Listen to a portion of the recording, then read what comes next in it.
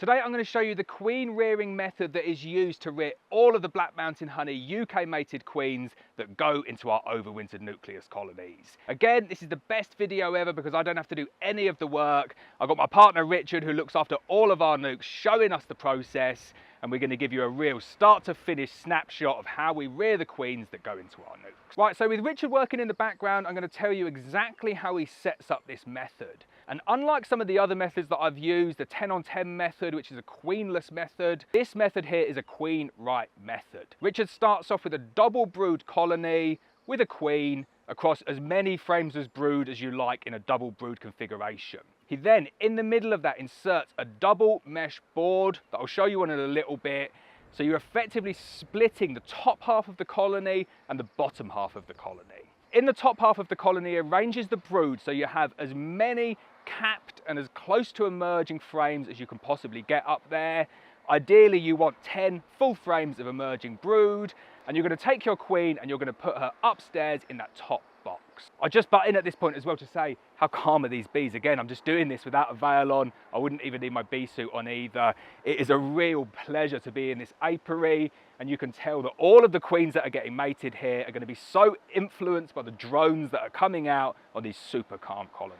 So once you've taken your queen and you've popped her upstairs into that top brood box and you've put on a mesh screen in between, so on the mesh screen there is an entrance, and this is really important for this method. You need to give the bees in that top box, the Queenright top half of this method, a way of getting in and a way of getting out. You can't just screen them off because obviously they would just die. You take that entrance and you turn it round 180 degrees. So this is such a cool method. I really can't believe how quick it is to set it up. And it means within 24 hours of doing the manipulation, you're ready to graft into it. But the setup at the bottom box is very, very crucial that you get it right. So what you need to do is you need to take down there a couple of frames of brood in all stages, again, preferably emerging. You want nice young bees coming down in that bottom box. And then in the slot where you're gonna put your grafts, you wanna put a frame of eggs. One frame completely full of eggs. And then next to that frame of eggs, you're gonna put your best pollen frame that you've got. Doesn't need to be from this colony here. Go across all of your other colonies and find your very best pollen frame.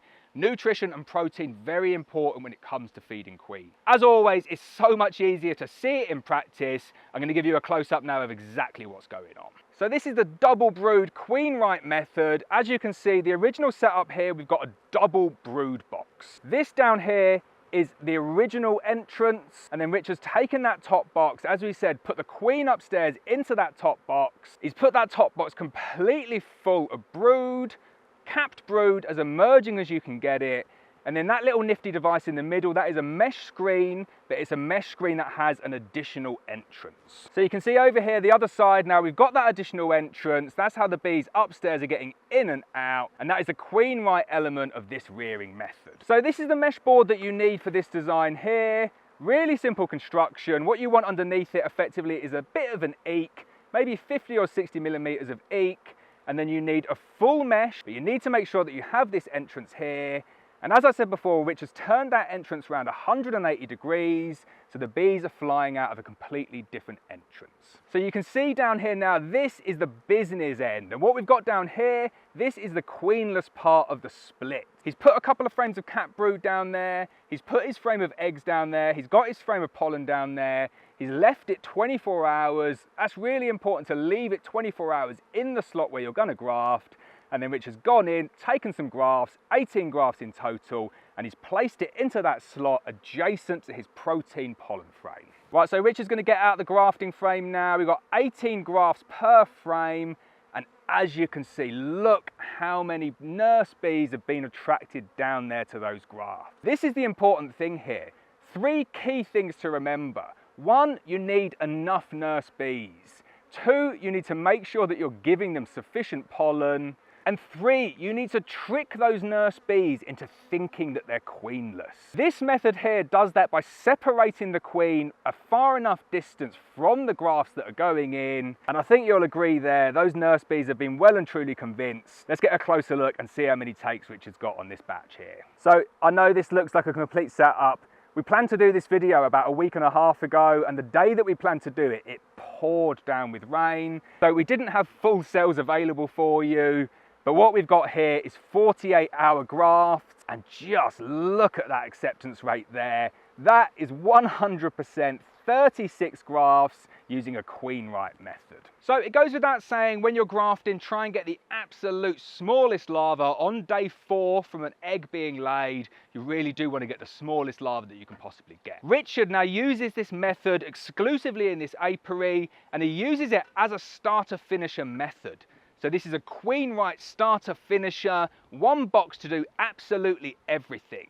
It's a really nice, neat method, and it works to produce a very decent amount of queens. So the difference in using a method like this as opposed to using a separate starter and a finisher is that that setup there is good for one round of graft. Now, I get this question asked to me a lot of times, which is, I don't want to use a starter finisher, I don't want to produce hundreds and hundreds of queens, I just want to do maybe 10 queens or something like that. What is the best setup? And this setup here is perfect for that. As you can see, Richard's done 36 grafts there, got 36 takes.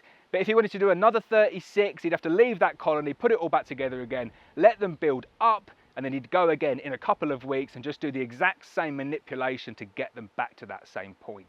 Luckily, in this apiary, Richard's got lots and lots of colonies, so all he does is he just moves it around in terms of using that method on different colonies at different stages of their development. But it's a great method if you just want to raise a few queens, and as you can see, the quality of the queens coming out of this method is really, really good.